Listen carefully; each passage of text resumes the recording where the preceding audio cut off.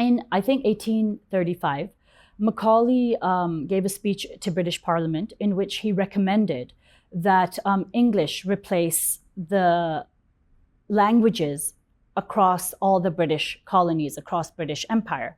And his recommendation was taken and made into policy, which is why even today, in the post-colonial, ex-British Empire countries, you will hear people speaking English. Now, for me, English has always been a Pakistani language because in 1947, when the Indian subcontinent was divided into two countries, Pakistan, one of those countries, India being the other one, Pakistan took English as one of its official languages. So for me, English has always been a Pakistani language, as are the many other languages that are spoken in Pakistan. I think the problem with English, or that people often perceive, is this, is that because when Macaulay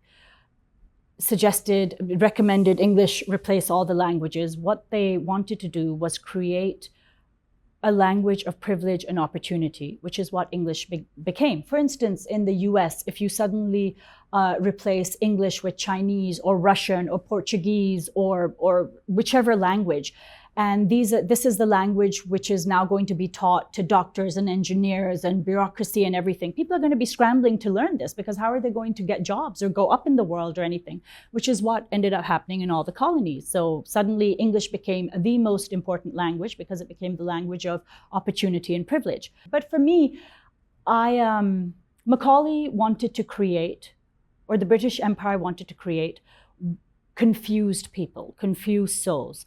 People who would not be white, not be British, but people who would no longer be brown and would no longer be part of their culture either. They would be confused people, really. So, you know, they would think they were one thing, but they weren't. Who was accepting who? A lot of those identity politics.